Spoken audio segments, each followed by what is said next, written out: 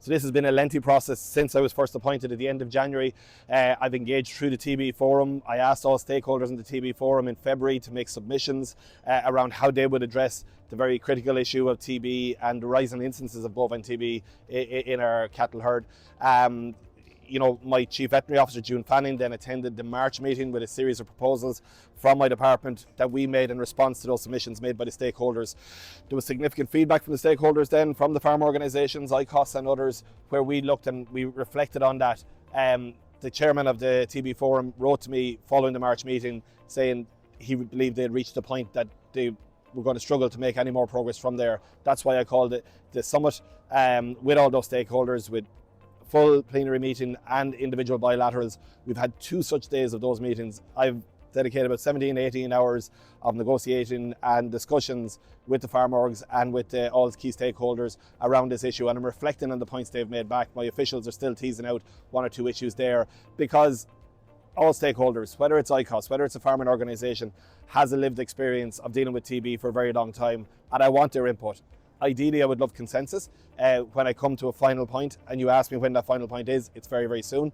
Obviously, the measures I'm looking at introducing here around significant increase in resourcing in my department in the area of wildlife, very significant ramping up of blood testing and the gift testing, as it's called. That all has a very significant price tag to it. I don't have that money in my budget. I have to get it. I have to get approval for it. And if I'm going to spend that, I have to make sure that we're going to get the return from this in terms of our farmers facing less instances of TB in the future. The short-term result of being successful in this would actually be an increase in reactors. We need that to happen because we need to find that residual disease that is latent there that our tests haven't been finding.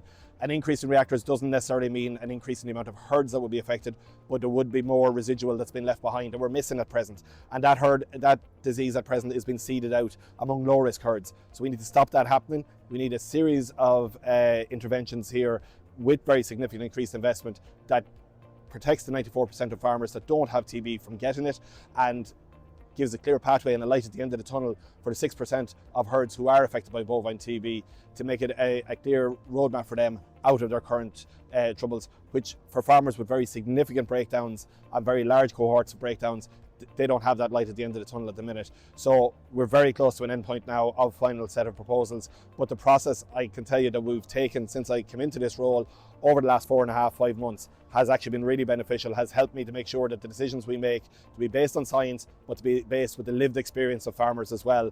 I want to make sure that the interventions here make farmers' lives easier in the long run, and we've got to get on top of this issue once and for all.